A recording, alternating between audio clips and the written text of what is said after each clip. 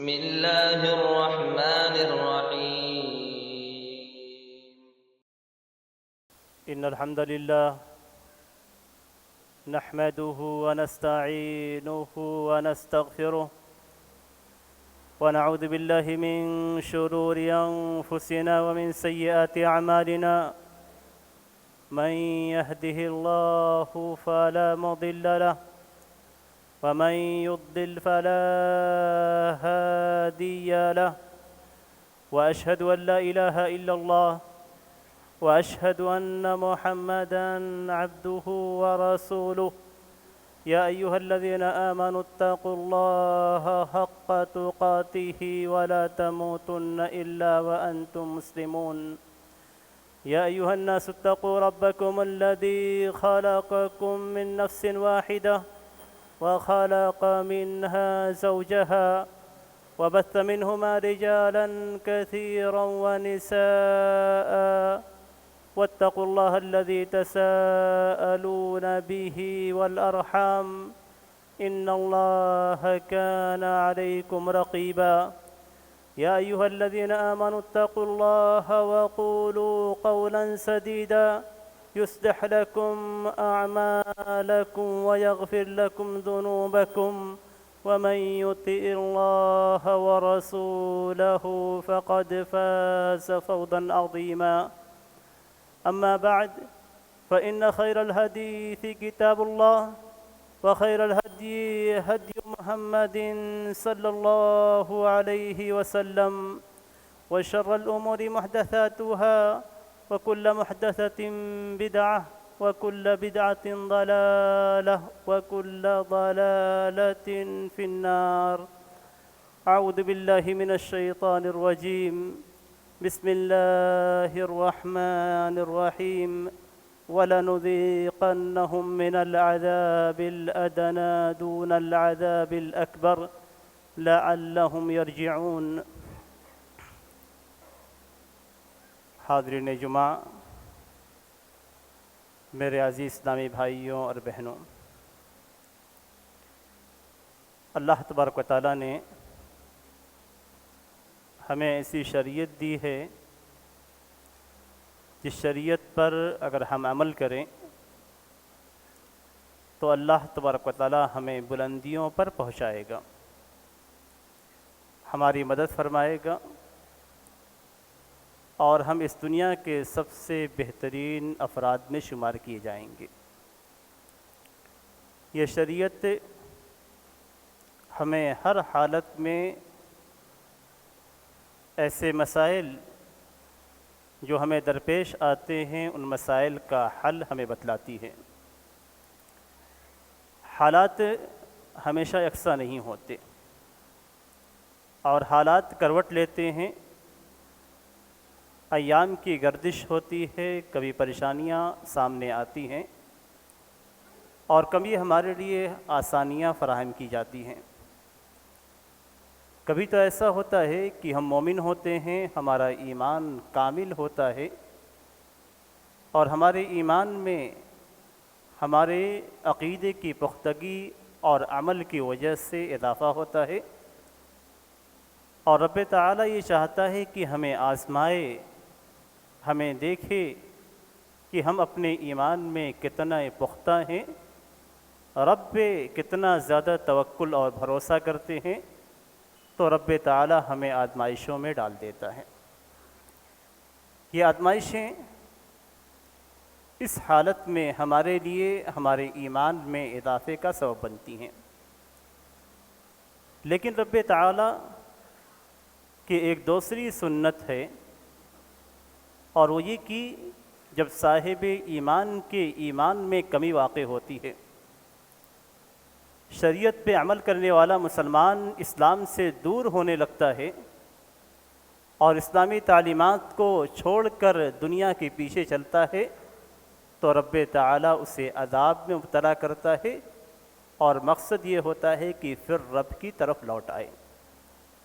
قرآن کریم کے اندر اللہ تبارک و تعالیٰ نے اس بات کو واضح انداز میں بتلایا ہے، وَلَنُذِيقَنَّهُم مِّنَ الْعَذَابِ الْأَدْنَىٰ دُونَ الْعَذَابِ الْأَكْبَرِ لَعَلَّهُمْ يَرْجِعُونَ، کہ بڑے عذاب سے پہلے ہم لوگوں کو چھوٹے عذاب میں مبتلا کرتے ہیں تاکہ وہ پلٹ کر دین کی طرف چلے آئیں، رب کی طرف پلٹ جائیں۔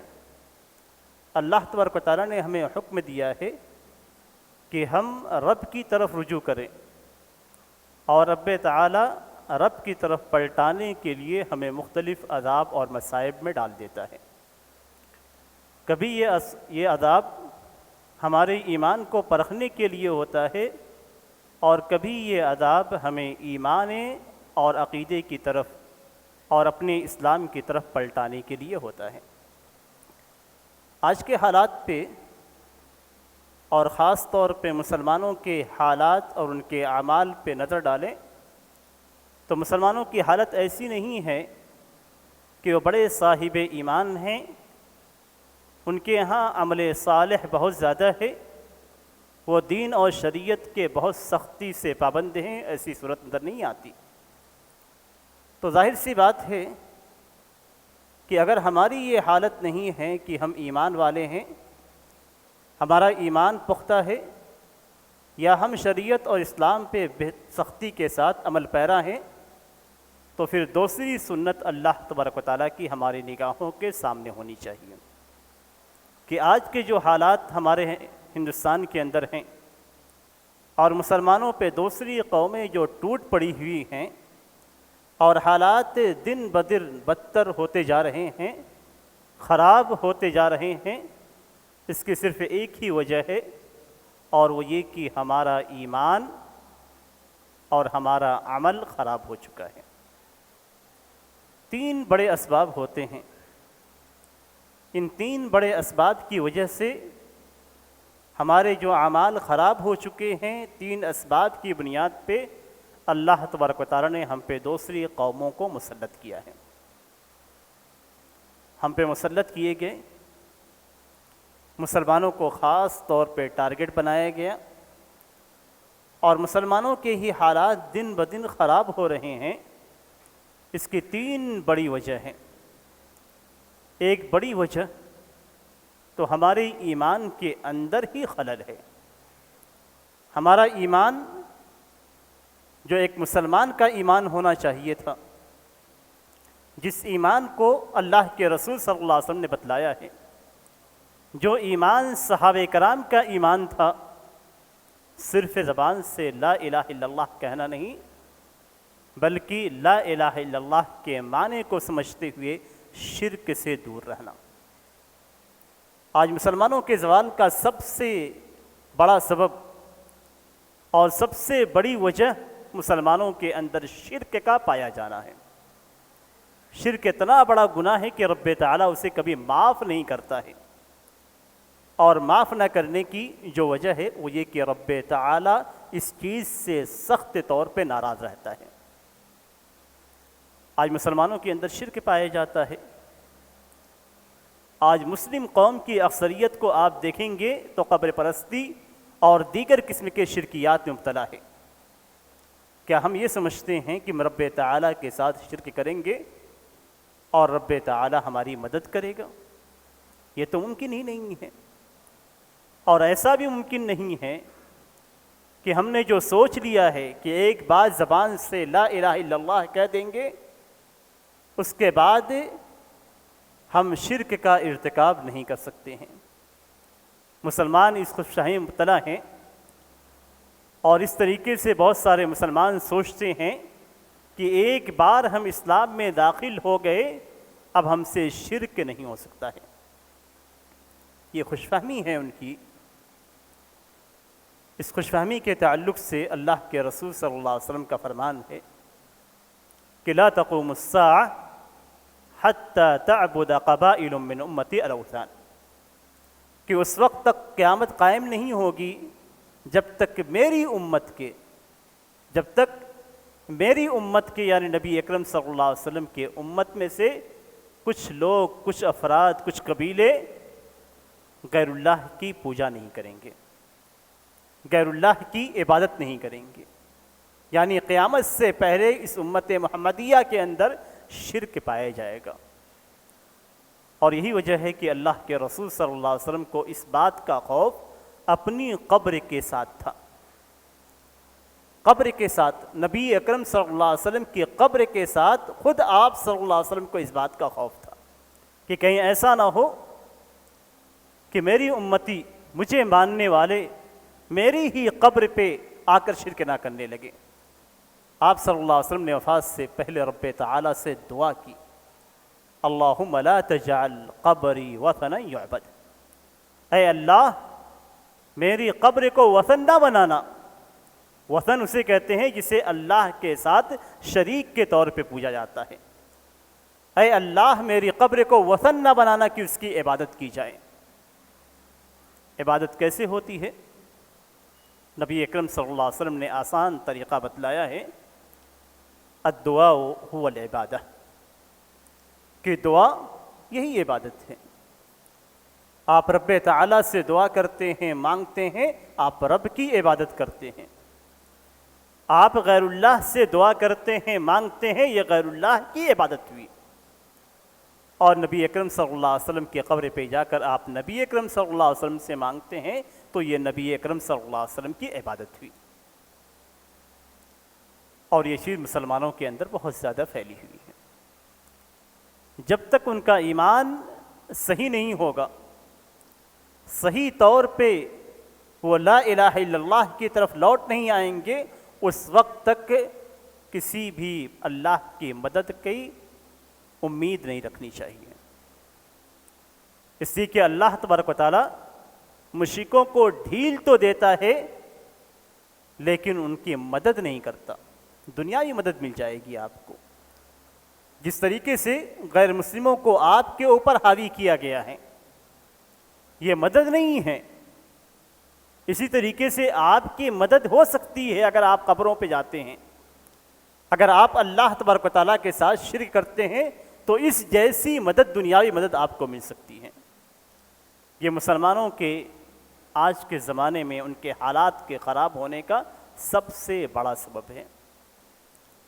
اس لیے کہ اللہ تبارک و تعالیٰ ایمان والوں سے وعدہ کیا ہے، وعد اللہ الذین آمنوا وعملوا الصالحات لَيَسْتَخْلِفَنَّهُمْ فِي الْأَرْضِ، کہ اللہ تبارک و تعالیٰ نے ایمان والوں سے، نیک عمل کرنے والوں سے وعدہ کیا ہے کہ انہیں زمین کے اندر وراثت عطا فرمائیں گے، انہیں قوت اور طاقت عطا کریں گے۔ اور جو ایمان والے نہیں ہیں، جو رب کے ساتھ شرک کر رہے ہیں، پھر ان کی مدد کیسے ہوگی؟ رب تعالیٰ تو انہیں ان کی حالت پہ چھوڑ دے گا۔ دوسری جو بڑی وجہ ہے وہ ایمان کے بعد اعمال صالحہ کے اندر سب سے نیک عمل، جسے آج مسلمانوں کی تقریباً 80% آبادی نے چھوڑ رکھا ہے۔ بلا مبالغہ میں کہتا ہوں کہ مسلمانوں میں 80% ایسے افراد ہیں جنہوں نے عمل صالح میں سب سے اعلیٰ عمل یعنی نماز کو ترک کر دیا ہے۔ آج آپ اپنے محلے کی حالت کو دیکھ لیجئے، اپنے گھر کی حالت کو دیکھ لیجئے، تھوڑا سا آپ نظر اٹھائیں تو آپ مسجدوں کی حالت کو دیکھ لیجئے۔ وہی مصلیان جو جمعہ کے اندر نماز پڑھتے ہیں تو مسجدیں بھر جاتی ہیں، وہی مصلیان جو رمضان میں اللہ کی عبادت کے لیے آگے بڑھتے ہیں تو مسجدوں میں جگہ نہیں ملتی۔ عام ایام میں اگر آپ آئیں گے تو آپ دیکھیں گے مسجدیں ویران ہیں، خالی ہیں۔ یہ حالت جب ہوتی ہے تو رب تعالیٰ کی مدد نہیں آتی۔ قرآن کریم کے اندر اللہ تبارک تعالیٰ نے فرمایا کہ فَخَلَفَ مِن بَعْدِهِمْ خَلَفٌ أَضَاعُوا الصَّلَاةَ وَاتَّبَعُوا الشَّهَوَاتِ، کہ ایک لوگوں کے بعد، اچھے لوگوں کے بعد میں ناخلف افراد آئے، برے افراد آئے، جس میں سب سے پہلی چیز جو اللہ تبارک و تعالیٰ نے ذکر کی، اضاعوا الصلاۃ، نماز کو ضائع کر دیا،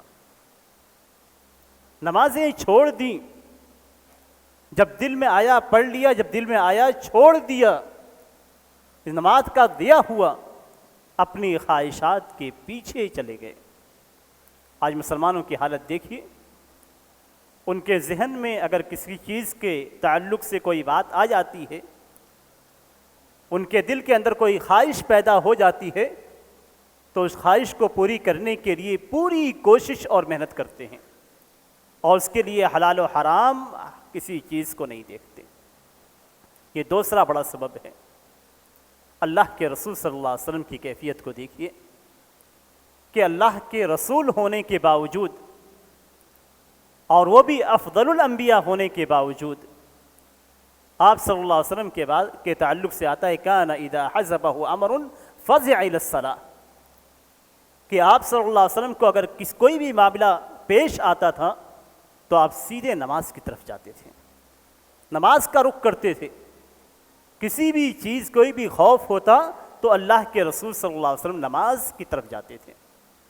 آپ دیکھیے صلاۃ الکسوف کو، صلاۃ الخسوف کو، سورج گرہن کو، چاند گرہن کو، صرف یہ دو نشانیاں ہیں جو قیامت کی نشانیوں میں سے ہیں، ظاہر ہوئی تو اللہ کے رسول صلی اللہ علیہ وسلم اور صحابہ کرام نماز کی طرف رک گئے، کہیں ایسا نہ ہو کہ قیامت آ گئی ہو۔ آپ صلی اللہ علیہ وسلم بستر مرگ پہ ہیں اور فکر کس چیز کی ہے؟ الصلاۃ الصلاۃ، آپ صلی اللہ علیہ وسلم کی پکار ہے کہ نماز نماز۔ آپ صلی اللہ علیہ وسلم بستر مرگ پہ ہیں، لوگوں سے پوچھ رہے ہیں کیا لوگوں نے نماز پڑھ لی؟ یہ نبی اکرم صلی اللہ علیہ وسلم کی فکر تھی اس امت کے تعلق سے۔ آج ہماری کیفیت کیا ہے کہ نمازیں ہم نے ضائع کر دی، مسجدیں ہم نے ویران کر دی، اور اس کے باوجود ہم سینہ ٹھوک کر یہ کہتے ہیں کہ ہم مسلمان ہیں، شرک میں مبتلا ہیں، اپنے آپ کو کہتے ہیں کہ ہم مسلمان ہیں۔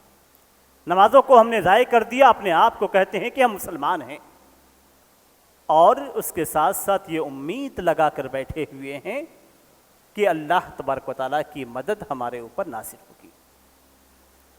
اور آج کے حالات تو یہ ہیں، بڑے افسوس کے ساتھ کہنا پڑتا ہے، آج کے حالات تو یہ ہیں کہ اگر عالم کہتا ہے کہ اپنے حالات کو پلٹنا ہے تو اسلام کی طرف آئیے، تو کہتے ہیں کہ آج کے علماء کو حالات کا علم نہیں ہے، آج کے علماء کو حالات کے بارے میں خبر نہیں ہوتی، صرف دعائیں کرنے سے مدد نازل نہیں ہوتی۔ اس طرح کی باتیں مسلمانوں کی زبان پہ آتی ہیں۔ تعجب کی بات تو یہ ہے کہ ہم نے اپنے نبی کی سیرت کو بھلا دیا ہے۔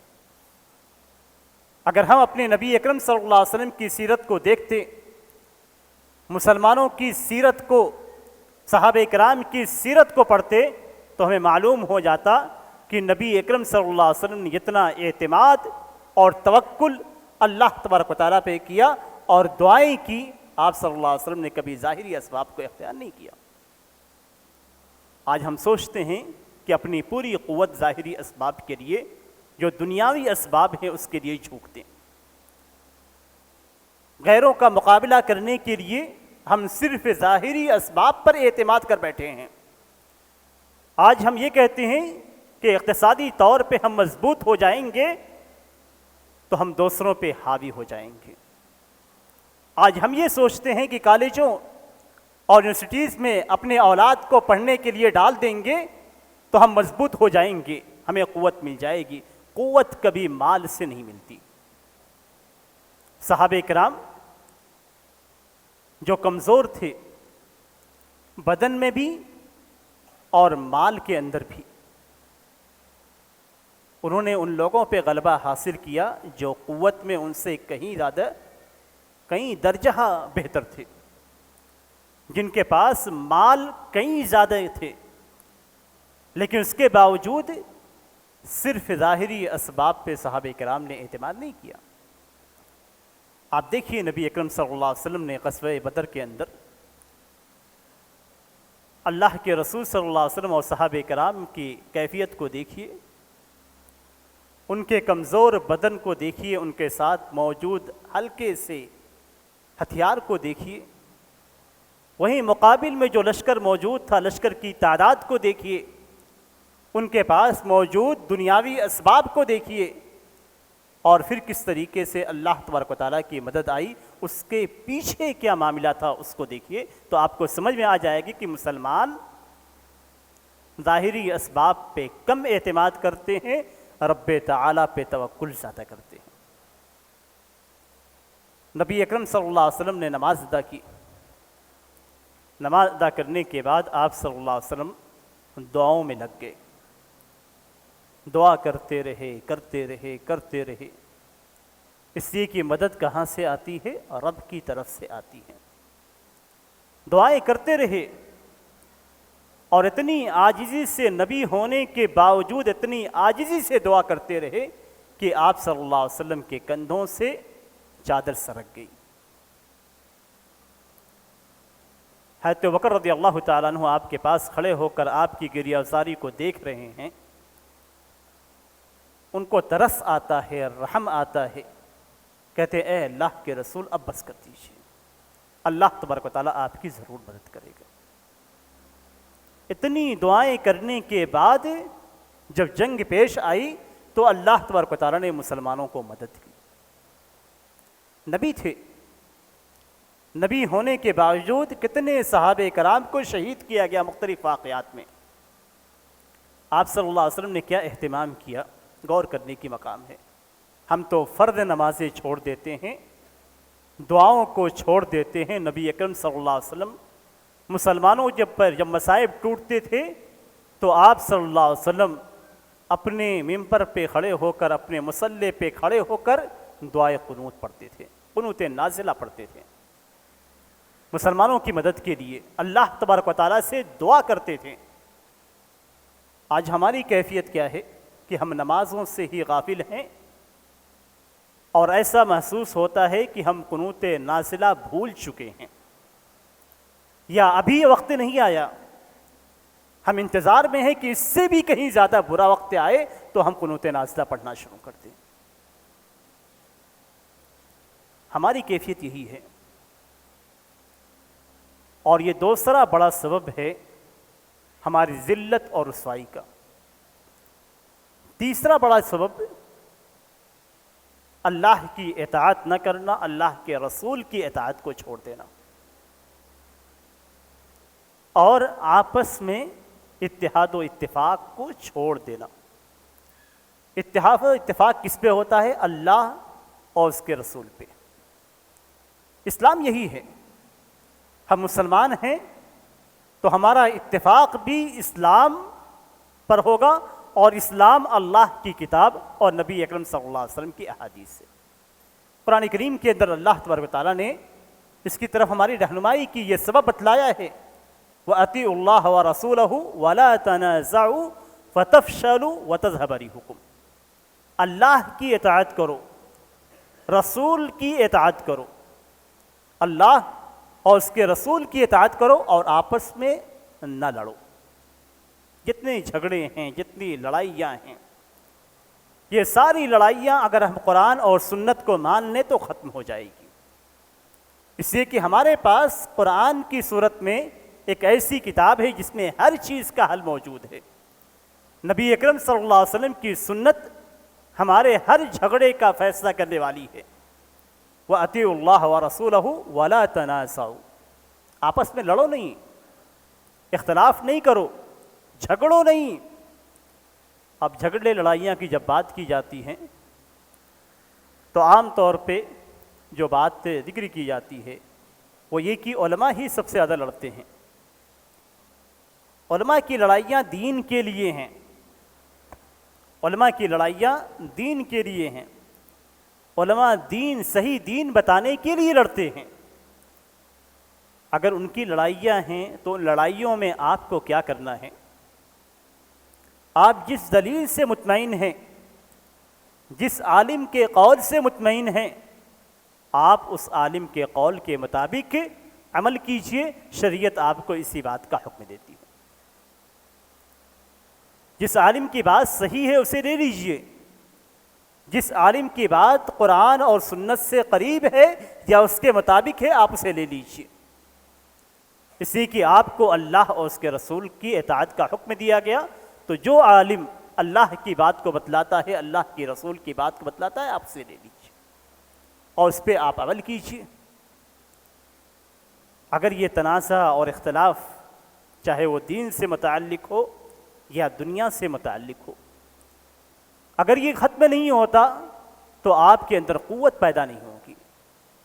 اس لیے کہ اللہ تعالیٰ نے فرمایا کہ وَلَا تَنَازَعُوا فَتَفْشَلُوا، تم ناکام ہو جاؤ گے، نامراد ہو جاؤ گے، وَتَذْهَبَ رِيحُكُمْ، اور تمہاری قوت ختم ہو جائے گی، بکھر جائے گی۔ اختلاف جو بھی ہو، یہ اختلاف گھر کے اختلاف کی طرح ہے، یہ اختلاف ہمارا گھر کے اختلاف کی طرح ہے۔ جس طریقے سے دو بھائی آپس میں لڑتے ہیں، اس کے باوجود کوئی باہر والا آ کر ان کو ٹچ نہیں کر سکتا ہے، ایسے ہی ہم مسلمانوں کا اختلاف آپس میں ہونا چاہیے۔ اختلاف رہے گا، اختلاف کا حل بھی نکالنا ہے، آپ کو شریعت کے مطابق عمل بھی کرنا ہے، لیکن اس کے باوجود آپ آپس میں بھائی کی طرح ہو کر رہیں۔ اختلاف ہے لیکن اس کے باوجود اتحاد ہونا چاہیے۔ ایک سب سے بڑا اتحاد آپ کے پاس موجود ہے۔ قرآن کریم کے اندر اللہ تبارک و تعالیٰ نے اس چیز کو اہل کتاب کے تعلق سے ذکر کیا۔ قُلْ يَا أَهْلَ الْكِتَابِ تَعَالَوْا إِلَىٰ كَلِمَةٍ سَوَاءٍ بَيْنَنَا وَبَيْنَكُمْ، اے اہل کتاب ایک ایسی بات کی طرف آ جاؤ جو ہمارے اور تمہارے درمیان مشترک ہے، اللہ نعبد الا اللہ، کہ ہم اللہ کے علاوہ کسی کی عبادت نہیں کریں گے، اس کے ساتھ کسی کو شریک نہیں ٹھہرائیں گے۔ مسلمانوں کا مدعا یہی ہے کہ لا الہ الا اللہ، اللہ کے علاوہ کوئی دوسرا عبادت کے لائق نہیں ہے۔ تو ایک نقطے پہ ہم سب متفق ہیں، سارے مسلمان متفق ہیں کہ ہم اللہ تبارک و تعالیٰ کے علاوہ کسی اور کی عبادت نہیں کرتے ہیں، اور محمد الرسول اللہ پہ بھی ہمارا اتفاق ہے۔ تو مسلمانوں کا اتفاق اس نقطے پہ ہمیشہ رہنا چاہیے۔ اختلافات اپنی جگہ پہ ہیں، یہ ختم نہیں ہو سکتے ہیں، ہاں ان کے میں شدت نہیں ہونی چاہیے، اس کو لے کر ہمیں بٹنا نہیں چاہیے۔ اگر ہم بٹ جائیں گے فَتَفْشَلُوا وَتَذْهَبَ رِيحُكُمْ، ناکام ہو جاؤ گے اور تمہاری ہوا اکھڑ جائے گی۔ یہ تین اسباب ایسے ہیں جن کو ہمیں سمجھنے کی ضرورت ہے، اور اسی کی روشنی میں اپنے مسائل کو حل کرنے کی ضرورت ہے۔ ہمیں کوشش بھی کرنی چاہیے کہ اللہ تبارک و تعالیٰ کی مدد ہمارے اوپر نازل ہو۔ لیکن مدد کیسے نازل ہوگی؟ مدد کا وعدہ کیا گیا ہے۔ اللہ تبارک و تعالیٰ نے صاف فرمایا وَكَانَ حَقًّا عَلَيْنَا نَصْرُ الْمُؤْمِنِينَ، کہ مومنوں کی مدد کرنا ہمارے اوپر واجب ہے۔ رب تعالیٰ نے اپنے اوپر مومنوں کی مدد کو واجب کر لیا ہے، لیکن سب سے پہلی چیز جو اس کے لیے ہمیں چاہیے وہ یہ کہ اپنے ایمان عقیدے کی اصلاح کریں۔ اس لیے کہ اللہ تعالیٰ نے کیا فرمایا؟ المؤمنین وَكَانَ حَقًّا عَلَيْنَا نَصْرُ الْمُؤْمِنِينَ، مومنوں کی مدد۔ تو ایمان صحیح ہونا چاہیے، ایمان کی اصلاح ہونی چاہیے، ہماری ایمان کے اندر کسی بھی قسم کی خرابی نہیں ہونی چاہیے۔ یہی ایمان کی اچھائی ہمیں بلندی عطا کرتی ہے۔ اللہ تبارک و تعالیٰ فرماتا ہے کہ وَلَا تَهِنُوا وَلَا تَحْزَنُوا وَأَنْتُمُ الْأَعْلَوْنَ إِن كُنتُم مُؤْمِنِينَ، تم کمزور نہ پڑو، غمگین بھی مت ہو، یعنی حالات کے سامنے تمہیں کمزور نہیں پڑنا ہے، حالات کو دیکھ کر تمہیں غمگین بھی نہیں ہونا ہے۔ اللہ نے وعدہ کیا ہے کہ وَأَنْتُمُ الْأَعْلَوْنَ، تمہیں ہی بلندی ملے گی، سب سے اعلیٰ تم ہی رہو گے، لیکن ایک ہی شرط ہے ان کنتم مؤمنین، اگر تم مومن ہو۔ مومن ہو جائیں گے تو ایسی صورت میں اللہ تبارک و تعالی ہماری مدد کرے گا۔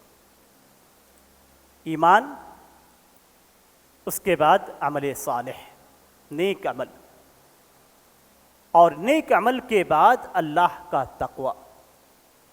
اللہ کا تقوی ہی آپ کو کامیابی دے گا۔ اللہ کا تقوی اختیار کریں گے تو آپ کو کامیابی ملے گی۔ تقوی کیا ہے؟ جہنم سے دور رکھنا اپنے آپ کو۔ آپ نے نیک عمل کر لیا لیکن برائیوں میں لت پن ہے، برائیوں میں ڈوبے ہوئے ہیں، تو ابھی اللہ کی مدد آپ کے لیے نہیں آئے گی، گناہوں سے بھی نکلنا ہوگا، تقوی اختیار کرنا ہوگا۔ یہ نہیں کہ آپ جو چاہیں کرتے رہیں اور آپ کے اندر جتنی بھی خرابیاں ہوں اس کے باوجود آپ پر اللہ کی مدد آئے گی نہیں۔ نبی اکرم صلی اللہ علیہ وسلم نے 5 چیزوں کا ذکر کیا اور ان سے پناہ مانگی۔ 5 چیزوں کا ذکر کرنے کے بعد اس سے پناہ مانگی۔ آپ نے فرمایا کہ اے مہاجرین کی جماعت، 5 چیزیں ہیں، میں اللہ سے پناہ مانگتا ہوں کہ تم ان 5 چیزوں میں سے کسی بھی چیز کو پالو۔ اس میں آپ صلی اللہ علیہ وسلم نے ذکر کیا کہ کسی قوم کے اندر اگر ناپ تول کے اندر گڑبڑی ہو جاتی ہے تو ایسی صورت میں اللہ تبارک و تعالیٰ ان کے اوپر ایسے حکمرانوں کو مسلط کرتا ہے جو ان کو توڑ کے رکھ دیتے ہیں۔ آج مسلمانوں کے اندر بھی اس کے اندر بڑی کمی پائی جا رہی ہے۔ میں یہ مثال اس لیے دے رہا ہوں، ان الحمد للہ نحمده ونستعینه ونستغفره ونعوذ بالله من شرور انفسنا ومن سیئات اعمالنا، من يهده الله فلا مضل له ومن يضلل فلا هادي له، وأشهد أن لا إله إلا الله وأشهد أن محمدًا عبده ورسوله، يا أيها الذين آمنوا اتقوا الله حق تقاته ولا تموتن إلا وأنتم مسلمون، يا أيها الناس اتقوا ربكم الذي خلقكم من نفس واحدة وخلق منها زوجها وبث منهما رجالا كثيرا ونساء، واتقوا الله الذي تساءلون به والأرحام إن الله كان عليكم رقيبا، يا أيها الذين آمنوا اتقوا الله وقولوا قولا سديدا يصلح لكم أعمالكم ويغفر لكم ذنوبكم، ومن يطع الله ورسوله فقد فاز فوزا عظيما، أما بعد فإن خير الحديث كتاب الله وخير الهدي هدي محمد صلى الله عليه وسلم، وشر الأمور محدثاتها وكل محدثة بدعة وكل بدعة ضلالة وكل ضلالة في النار۔ أعوذ بالله من الشيطان الرجيم، بسم الله الرحمن الرحيم، وَلَنُذِيقَنَّهُم مِّنَ الْعَذَابِ الْأَدْنَىٰ دُونَ الْعَذَابِ الْأَكْبَرِ لَعَلَّهُمْ يَرْجِعُونَ۔ حاضرین جمعہ، میرے عزیز اسلامی بھائیوں اور بہنوں، اللہ تبارک و تعالیٰ نے ہمیں ایسی شریعت دی ہے جس شریعت پر اگر ہم عمل کریں تو اللہ تبارک و تعالیٰ ہمیں بلندیوں پر پہنچائے گا، ہماری مدد فرمائے گا، اور ہم اس دنیا کے سب سے بہترین افراد میں شمار کیے جائیں گے۔ یہ شریعت ہمیں ہر حالت میں ایسے مسائل جو ہمیں درپیش آتے ہیں ان مسائل کا حل ہمیں بتلاتی ہے۔ حالات ہمیشہ یکساں نہیں ہوتے اور حالات کروٹ لیتے ہیں، ایام کی گردش ہوتی ہے، کبھی پریشانیاں سامنے آتی ہیں اور کبھی ہمارے لیے آسانیاں فراہم کی جاتی ہیں۔ کبھی تو ایسا ہوتا ہے کہ ہم مومن ہوتے ہیں، ہمارا ایمان کامل ہوتا ہے اور ہمارے ایمان میں ہمارے عقیدے کی پختگی اور عمل کی وجہ سے اضافہ ہوتا ہے، اور رب تعالیٰ یہ چاہتا ہے کہ ہمیں آزمائے، ہمیں دیکھے کہ ہم اپنے ایمان میں کتنا پختہ ہیں، رب پہ کتنا زیادہ توکل اور بھروسہ کرتے ہیں، تو رب تعالیٰ ہمیں آزمائشوں میں ڈال دیتا ہے۔ یہ آزمائشیں اس حالت میں ہمارے لیے ہمارے ایمان میں اضافے کا سبب بنتی ہیں۔ لیکن رب تعالیٰ کی ایک دوسری سنت ہے، اور وہ یہ کہ جب صاحب ایمان کے ایمان میں کمی واقع ہوتی ہے، شریعت پہ عمل کرنے والا مسلمان اسلام سے دور ہونے لگتا ہے اور اسلامی تعلیمات کو چھوڑ کر دنیا کے پیچھے چلتا ہے، تو رب تعالیٰ اسے عذاب میں مبتلا کرتا ہے، اور مقصد یہ ہوتا ہے کہ پھر رب کی طرف لوٹ آئے۔ قرآن کریم کے اندر اللہ تبارک و تعالیٰ نے اس بات کو واضح انداز میں بتلایا ہے، وَلَنُذِيقَنَّهُم مِّنَ الْعَذَابِ الْأَدْنَىٰ دُونَ الْعَذَابِ الْأَكْبَرِ لَعَلَّهُمْ يَرْجِعُونَ کہ بڑے عذاب سے پہلے ہم لوگوں کو چھوٹے عذاب میں مبتلا کرتے ہیں تاکہ وہ پلٹ کر دین کی طرف چلے آئیں، رب کی طرف پلٹ جائیں۔ اللہ تبارک و تعالیٰ نے ہمیں حکم دیا ہے کہ ہم رب کی طرف رجوع کریں، اور رب تعالیٰ رب کی طرف پلٹانے کے لیے ہمیں مختلف عذاب اور مصائب میں ڈال دیتا ہے۔ کبھی یہ عذاب ہمارے ایمان کو پرکھنے کے لیے ہوتا ہے، اور کبھی یہ عذاب ہمیں ایمان اور عقیدے کی طرف اور اپنے اسلام کی طرف پلٹانے کے لیے ہوتا ہے۔ آج کے حالات پہ، اور خاص طور پہ مسلمانوں کے حالات اور ان کے اعمال پہ نظر ڈالیں تو مسلمانوں کی حالت ایسی نہیں ہے کہ وہ بڑے صاحب ایمان ہیں، ان کے ہاں عمل صالح بہت زیادہ ہے، وہ دین اور شریعت کے بہت سختی سے پابند ہیں، ایسی صورت نظر نہیں آتی۔ تو ظاہر سی بات ہے کہ اگر ہماری یہ حالت نہیں ہے کہ ہم ایمان والے ہیں، ہمارا ایمان پختہ ہے، یا ہم شریعت اور اسلام پہ سختی کے ساتھ عمل پیرا ہیں، تو پھر دوسری سنت اللہ تبارک و تعالیٰ کی ہماری نگاہوں کے سامنے ہونی چاہیے کہ آج کے جو حالات ہمارے ہندوستان کے اندر ہیں، اور مسلمانوں پہ دوسری قومیں جو ٹوٹ پڑی ہوئی ہیں، اور حالات دن بدن بدتر ہوتے جا رہے ہیں، خراب ہوتے جا رہے ہیں، اس کی صرف ایک ہی وجہ ہے، اور وہ یہ کہ ہمارا ایمان اور ہمارا عمل خراب ہو چکا ہے۔ تین بڑے اسباب ہوتے ہیں، ان تین بڑے اسباب کی وجہ سے ہمارے جو اعمال خراب ہو چکے ہیں، تین اسباب کی بنیاد پہ اللہ تبارک و تعالیٰ نے ہم پہ دوسری قوموں کو مسلط کیا ہے۔ ہم پہ مسلط کیے گئے، مسلمانوں کو خاص طور پہ ٹارگٹ بنایا گیا، اور مسلمانوں کے ہی حالات دن بدن خراب ہو رہے ہیں۔ اس کی تین بڑی وجہ ہیں۔ ایک بڑی وجہ تو ہمارے ایمان کے اندر ہی خلل ہے۔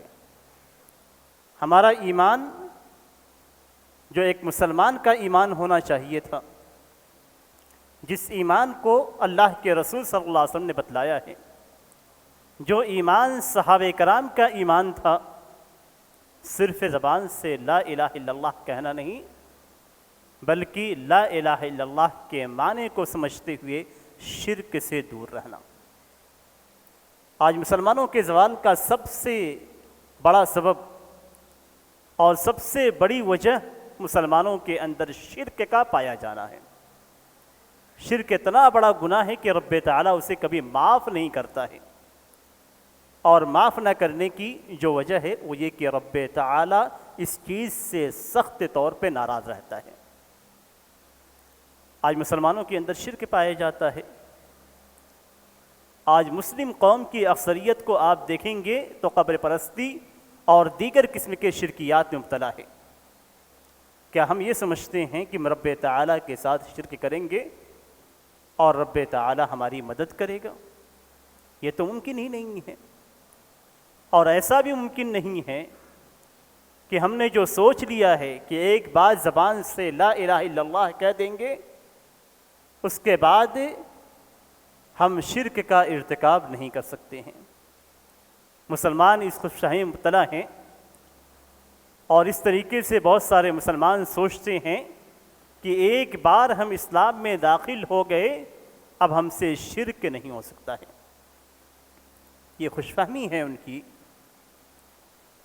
اس خوش فہمی کے تعلق سے اللہ کے رسول صلی اللہ علیہ وسلم کا فرمان ہے کہ لا تقوم الساعة حتى تعبد قبائل من امتی الاوثان، کہ اس وقت تک قیامت قائم نہیں ہوگی جب تک میری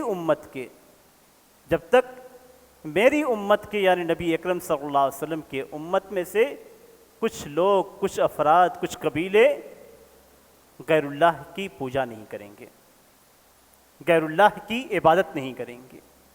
یعنی قیامت سے پہلے اس امت محمدیہ کے اندر شرک پایا جائے گا۔ اور یہی وجہ ہے کہ اللہ کے رسول صلی اللہ علیہ وسلم کو اس بات کا خوف اپنی قبر کے ساتھ تھا۔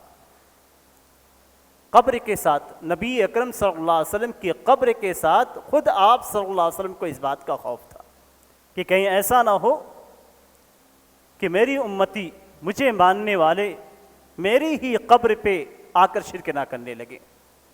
آپ صلی اللہ علیہ وسلم نے وفات سے پہلے رب تعالیٰ سے دعا کی، اللہم لا تجعل قبری وثنا یعبد، اے اللہ میری قبر کو وثن نہ بنانا۔ وثن اسے کہتے ہیں جسے اللہ کے ساتھ شریک کے طور پہ پوجا جاتا ہے۔ اے اللہ میری قبر کو وثن نہ بنانا کہ اس کی عبادت کی جائے۔ عبادت کیسے ہوتی ہے؟ نبی اکرم صلی اللہ علیہ وسلم نے آسان طریقہ بتلایا ہے، الدعاء هو العبادہ، کہ دعا یہی عبادت ہے۔ آپ رب تعالیٰ سے دعا کرتے ہیں، مانگتے ہیں، آپ رب کی عبادت کرتے ہیں۔ آپ غیر اللہ سے دعا کرتے ہیں، مانگتے ہیں، یہ غیر اللہ کی عبادت ہوئی۔ اور نبی اکرم صلی اللہ علیہ وسلم کی قبر پہ جا کر آپ نبی اکرم صلی اللہ علیہ وسلم سے مانگتے ہیں تو یہ نبی اکرم صلی اللہ علیہ وسلم کی عبادت ہوئی۔ اور یہ چیز مسلمانوں کے اندر بہت زیادہ پھیلی ہوئی ہے۔ جب تک ان کا ایمان صحیح نہیں ہوگا، صحیح طور پہ وہ لا الہ الا اللہ کی طرف لوٹ نہیں آئیں گے، اس وقت تک کسی بھی اللہ کی مدد کی امید نہیں رکھنی چاہیے۔ اس لیے کہ اللہ تبارک و تعالیٰ مشرکوں کو ڈھیل تو دیتا ہے لیکن ان کی مدد نہیں کرتا۔ دنیاوی مدد مل جائے گی آپ کو، جس طریقے سے غیر مسلموں کو آپ کے اوپر حاوی کیا گیا ہے، یہ مدد نہیں ہے۔ اسی طریقے سے آپ کی مدد ہو سکتی ہے اگر آپ قبروں پہ جاتے ہیں، اگر آپ اللہ تبارک و تعالیٰ کے ساتھ شرک کرتے ہیں تو اس جیسی مدد، دنیاوی مدد آپ کو مل سکتی ہے۔ یہ مسلمانوں کے آج کے زمانے میں ان کے حالات کے خراب ہونے کا سب سے بڑا سبب ہے۔ اس لیے کہ اللہ تبارک و تعالیٰ ایمان والوں سے وعدہ کیا ہے، وعد اللہ الذین آمنوا وعملوا الصالحات لیستخلفنہم فی الارض، کہ اللہ تبارک و تعالیٰ نے ایمان والوں سے، نیک عمل کرنے والوں سے وعدہ کیا ہے کہ انہیں زمین کے اندر وراثت عطا فرمائیں گے، انہیں قوت اور طاقت عطا کریں گے۔ اور جو ایمان والے نہیں ہیں، جو رب کے ساتھ شرک کر رہے ہیں، پھر ان کی مدد کیسے ہوگی؟ رب تعالیٰ تو انہیں ان کی حالت پہ چھوڑ دے گا۔ دوسری جو بڑی وجہ ہے وہ ایمان کے بعد اعمال صالحہ کے اندر سب سے نیک عمل، جسے آج مسلمانوں کی تقریباً 80% آبادی نے چھوڑ رکھا ہے۔ بلا مبالغہ میں کہتا ہوں کہ مسلمانوں میں 80% ایسے افراد ہیں جنہوں نے عمل صالح میں سب سے اعلیٰ عمل یعنی نماز کو ترک کر دیا ہے۔ آج آپ اپنے محلے کی حالت کو دیکھ لیجئے، اپنے گھر کی حالت کو دیکھ لیجئے، تھوڑا سا آپ نظر اٹھائیں تو آپ مسجدوں کی حالت کو دیکھ لیجئے۔ وہی مصلیان جو جمعہ کے اندر نماز پڑھتے ہیں تو مسجدیں بھر جاتی ہیں، وہی مصلیان جو رمضان میں اللہ کی عبادت کے لیے آگے بڑھتے ہیں تو مسجدوں میں جگہ نہیں ملتی۔ عام ایام میں اگر آپ آئیں گے تو آپ دیکھیں گے مسجدیں ویران ہیں، خالی ہیں۔ یہ حالت جب ہوتی ہے تو رب تعالیٰ کی مدد نہیں آتی۔ قرآن کریم کے اندر اللہ تبارک تعالیٰ نے فرمایا کہ فَخَلَفَ مِن بَعْدِهِمْ خَلَفٌ أَضَاعُوا الصَّلَاةَ وَاتَّبَعُوا الشَّهَوَاتِ، کہ ایک لوگوں کے بعد، اچھے لوگوں کے بعد میں ناخلف افراد آئے، برے افراد آئے، جس میں سب سے پہلی چیز جو اللہ تبارک و تعالیٰ نے ذکر کی اضاعوا الصلاۃ، نماز کو ضائع کر دیا، نمازیں چھوڑ دیں، جب دل میں آیا پڑھ لیا، جب دل میں آیا چھوڑ دیا، نماز کا دیا ہوا اپنی خواہشات کے پیچھے چلے گئے۔ آج مسلمانوں کی حالت دیکھیے، ان کے ذہن میں اگر کسی چیز کے تعلق سے کوئی بات آ جاتی ہے، ان کے دل کے اندر کوئی خواہش پیدا ہو جاتی ہے، تو اس خواہش کو پوری کرنے کے لیے پوری کوشش اور محنت کرتے ہیں، اور اس کے لیے حلال و حرام کسی چیز کو نہیں دیکھتے۔ یہ دوسرا بڑا سبب ہے۔ اللہ کے رسول صلی اللہ علیہ وسلم کی کیفیت کو دیکھیے کہ اللہ کے رسول ہونے کے باوجود، اور وہ بھی افضل الانبیاء ہونے کے باوجود، آپ صلی اللہ علیہ وسلم کے تعلق سے آتا ہے کان اذا حزبہ امر فزع الی الصلاۃ، کہ آپ صلی اللہ علیہ وسلم کو اگر کوئی بھی معاملہ پیش آتا تھا تو آپ سیدھے نماز کی طرف جاتے تھے، نماز کا رخ کرتے تھے۔ کسی بھی چیز، کوئی بھی خوف ہوتا تو اللہ کے رسول صلی اللہ علیہ وسلم نماز کی طرف جاتے تھے۔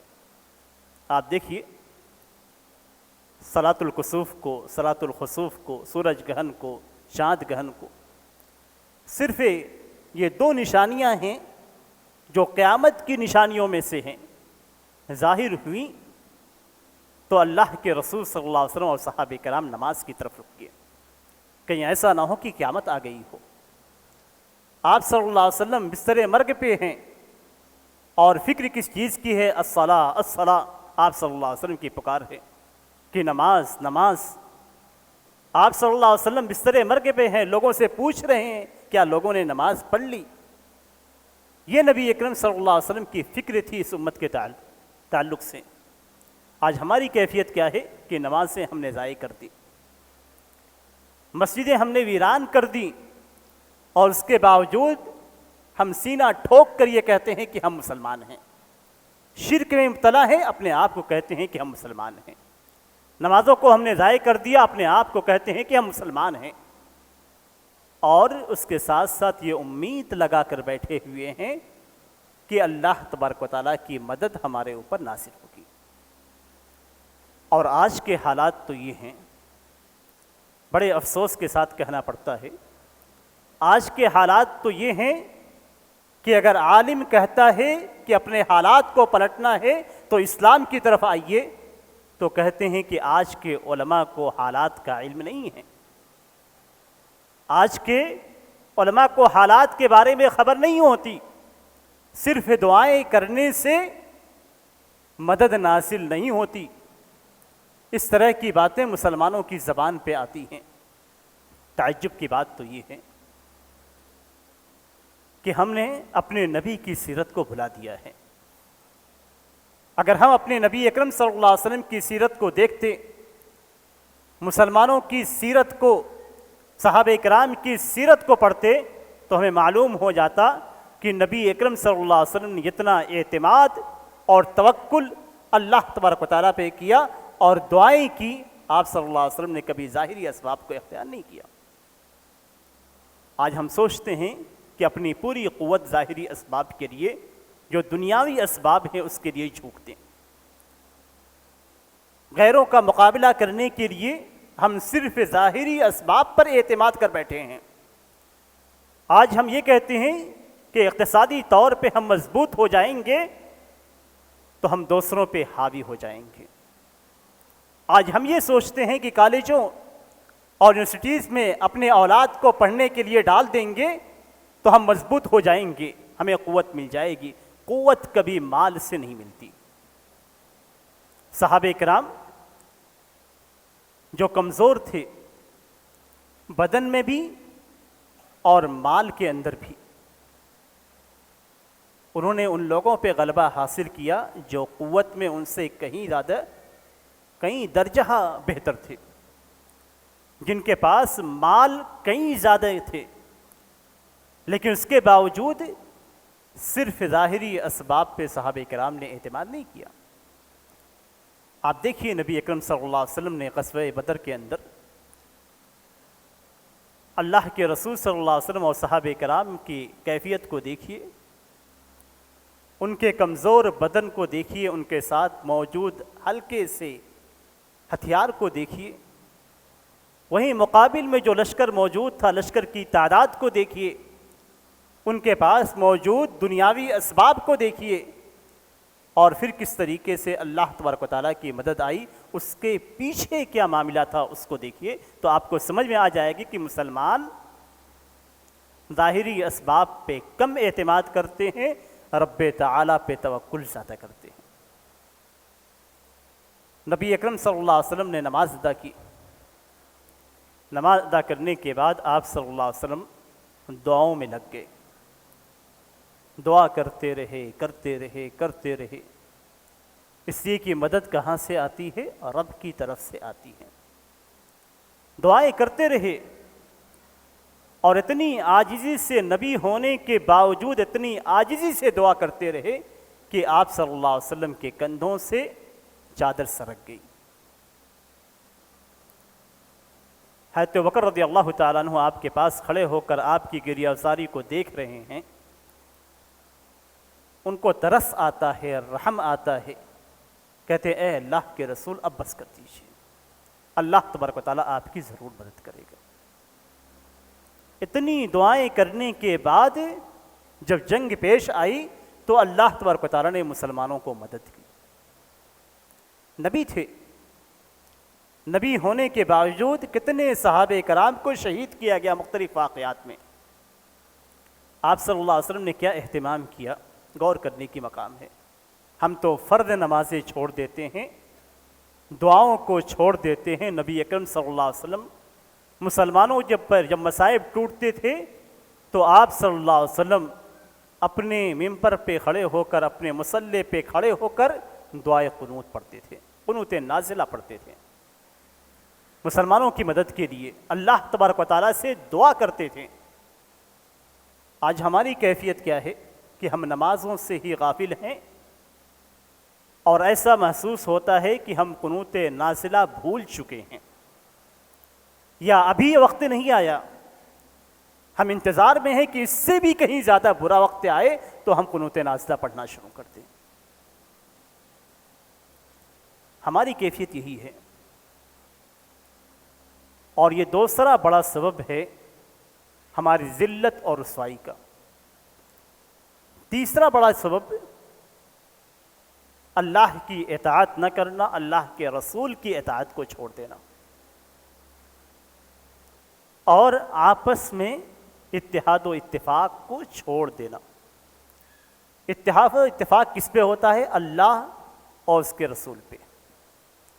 اسلام یہی ہے، ہم مسلمان ہیں تو ہمارا اتفاق بھی اسلام پر ہوگا، اور اسلام اللہ کی کتاب اور نبی اکرم صلی اللہ علیہ وسلم کی احادیث سے۔ قرآن کریم کے اندر اللہ تبارک و تعالیٰ نے اس کی طرف ہماری رہنمائی کی، یہ سبب بتلایا ہے وَأَطِيعُوا اللَّهَ وَرَسُولَهُ وَلَا تَنَازَعُوا فَتَفْشَلُوا وَتَذْهَبَ رِيحُكُمْ۔ اللہ کی اطاعت کرو، رسول کی اطاعت کرو، اللہ اور اس کے رسول کی اطاعت کرو، اور آپس میں نہ لڑو۔ جتنے جھگڑے ہیں، جتنی لڑائیاں ہیں، یہ ساری لڑائیاں اگر ہم قرآن اور سنت کو مان لیں تو ختم ہو جائے گی، اس لیے کہ ہمارے پاس قرآن کی صورت میں ایک ایسی کتاب ہے جس میں ہر چیز کا حل موجود ہے۔ نبی اکرم صلی اللہ علیہ وسلم کی سنت ہمارے ہر جھگڑے کا فیصلہ کرنے والی ہے۔ وَأَطِيعُوا اللَّهَ وَرَسُولَهُ وَلَا تَنَازَعُوا، آپس میں لڑو نہیں، اختلاف نہیں کرو، جھگڑو نہیں۔ اب جھگڑے لڑائیاں کی جب بات کی جاتی ہیں تو عام طور پہ جو بات ذکر کی جاتی ہے وہ یہ کہ علماء ہی سب سے زیادہ لڑتے ہیں۔ علماء کی لڑائیاں دین کے لیے ہیں، علماء کی لڑائیاں دین کے لیے ہیں، علماء دین، صحیح دین بتانے کے لیے لڑتے ہیں۔ اگر ان کی لڑائیاں ہیں تو ان لڑائیوں میں آپ کو کیا کرنا ہے؟ آپ جس دلیل سے مطمئن ہیں، جس عالم کے قول سے مطمئن ہیں، آپ اس عالم کے قول کے مطابق عمل کیجئے۔ شریعت آپ کو اسی بات کا حکم دیتی ہے۔ جس عالم کی بات صحیح ہے اسے لے لیجئے، جس عالم کی بات قرآن اور سنت سے قریب ہے یا اس کے مطابق ہے آپ اسے لے لیجئے، اس لیے کہ آپ کو اللہ اور اس کے رسول کی اطاعت کا حکم دیا گیا۔ تو جو عالم اللہ کی بات کو بتلاتا ہے، اللہ کی رسول کی بات کو بتلاتا ہے، آپ اسے لے لیجئے اور اس پہ آپ عمل کیجئے۔ اگر یہ تنازع اور اختلاف چاہے وہ دین سے متعلق ہو یا دنیا سے متعلق ہو، اگر یہ ختم نہیں ہوتا تو آپ کے اندر قوت پیدا نہیں ہوگی۔ اس لیے کہ اللہ تعالیٰ نے فرمایا کہ وَلَا تَنَازَعُوا فَتَفْشَلُوا، تم ناکام ہو جاؤ گے، نامراد ہو جاؤ گے، وَتَذْهَبَ رِيحُكُمْ، اور تمہاری قوت ختم ہو جائے گی، بکھر جائے گی۔ اختلاف جو بھی ہو، یہ اختلاف گھر کے اختلاف کی طرح ہے، یہ اختلاف ہمارا گھر کے اختلاف کی طرح ہے۔ جس طریقے سے دو بھائی آپس میں لڑتے ہیں، اس کے باوجود کوئی باہر والا آ کر ان کو ٹچ نہیں کر سکتا ہے، ایسے ہی ہم مسلمانوں کا اختلاف آپس میں ہونا چاہیے۔ اختلاف رہے گا، اختلاف کا حل بھی نکالنا ہے، آپ کو شریعت کے مطابق عمل بھی کرنا ہے، لیکن اس کے باوجود آپ آپس میں بھائی کی طرح ہو کر رہیں۔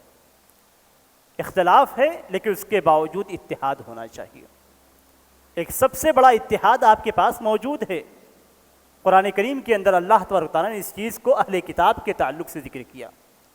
قُلْ يَا أَهْلَ الْكِتَابِ تَعَالَوْا إِلَىٰ كَلِمَةٍ سَوَاءٍ بَيْنَنَا وَبَيْنَكُمْ، اے اہل کتاب ایک ایسی بات کی طرف آ جاؤ جو ہمارے اور تمہارے درمیان مشترک ہے۔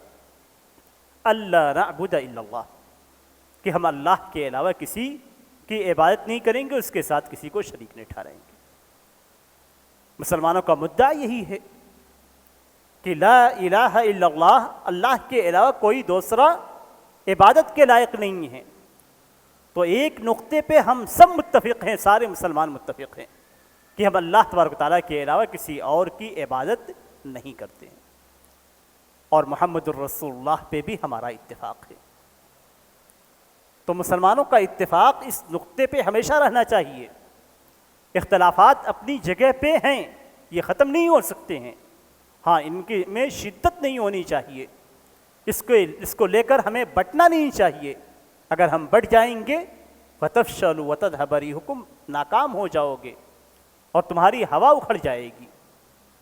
یہ تین اسباب ایسے ہیں جن کو ہمیں سمجھنے کی ضرورت ہے، اور اسی کی روشنی میں اپنے مسائل کو حل کرنے کی ضرورت ہے۔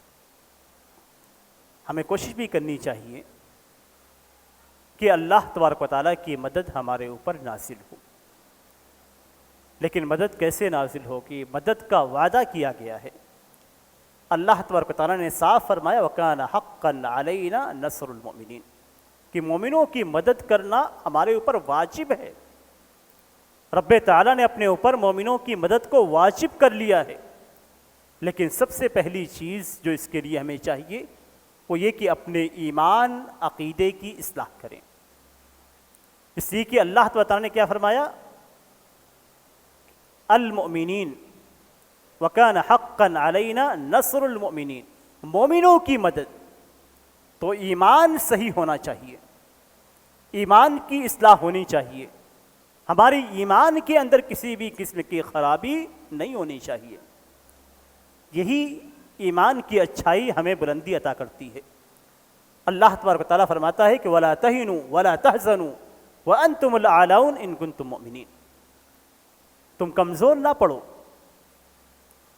غمگین بھی مت ہو، یعنی حالات کے سامنے تمہیں کمزور نہیں پڑنا ہے، حالات کو دیکھ کر تمہیں غمگین بھی نہیں ہونا ہے۔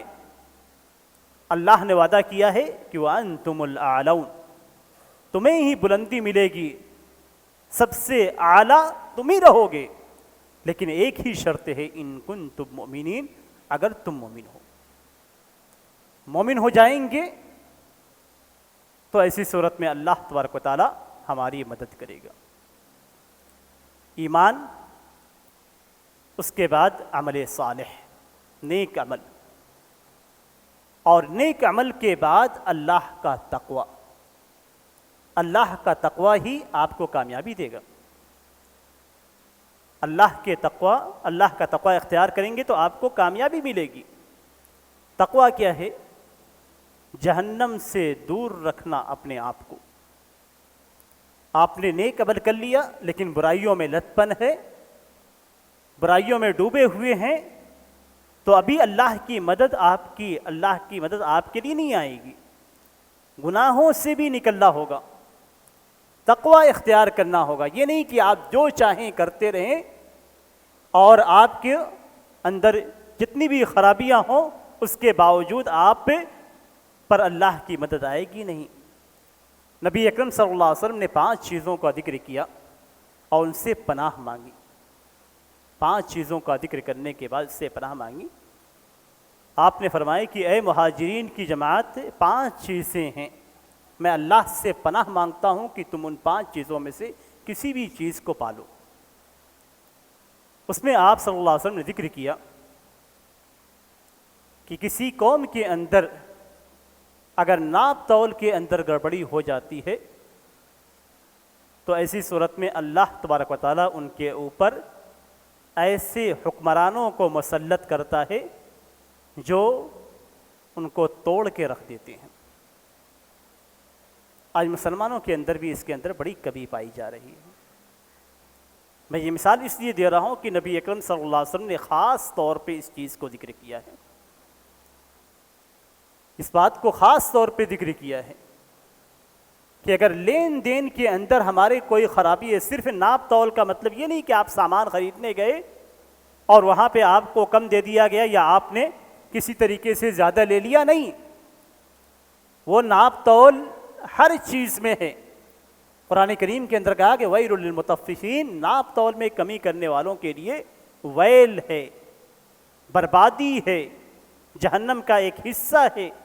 یہ ناپ تول آپ کے ہر دکان کے اندر بھی ہو سکتا ہے، کپڑوں میں، دیگر چیزوں کے اندر، اور آپ کی اپنی ڈیوٹی میں بھی ہو سکتا ہے۔ آپ ڈیوٹی کرنے کے لیے جاتے ہیں، اس میں کچھ وقت آپ ڈیوٹی کا ضائع کرتے ہیں، یا آپ لیٹ جاتے ہیں یا پہلے چلے آتے ہیں، یہ تمام چیزیں اگر بلا اجازت ہیں تو یہ ناپ تول کے اندر کمی ہے۔ کیوں؟ آپ سیلری پوری لیتے ہیں، حق ادا نہیں کرتے، سیلری پوری لے لیتے ہیں۔ یہ ناپ تول کے اندر جو کمی کی بات کی گئی ہے وہ آپ کے سارے معاملات کے اندر ہیں۔ اگر کہیں بھی آپ سے اس میں غلطی ہوئی تو آپ یقین مانیے کہ اللہ کے رسول صلی اللہ علیہ وسلم کا فرمان جھوٹا نہیں ہوتا۔ آج مسلمانوں کے اندر یہ عیب پایا جاتا ہے۔ آپ جائیے 1 کلو پھل لیجیے تو آپ کا اندازہ ہو جائے گا، اگر آپ چھوڑ دیں سامنے والے پہ کہ سامنے والا رکھ کر آپ کو دے گا، گھر آئیے تو آپ کو 2-3 پھل آپ کو خراب نظر آئیں گے۔ اس انداز میں سجایا جائے گا کہ دیکھنے والے کو بڑا خوشنما محسوس ہو اور وہ لپک کر جا کر خریدتا ہے، لیکن اس کے ساتھ وہاں بھی دھوکہ دہی کر دی جاتی ہے، عیب کو چھپا دیا جاتا ہے۔ یہ تو ایک معمولی سے 100 روپے کے پھل کے تعلق سے آپ کو تقریباً ڈیلی آپ کو یہ معاملہ پیش آتا ہوگا۔ تو آپ سوچئے کہ مسلمانوں کے اندر کہاں کہاں خرابیاں ہیں اور کون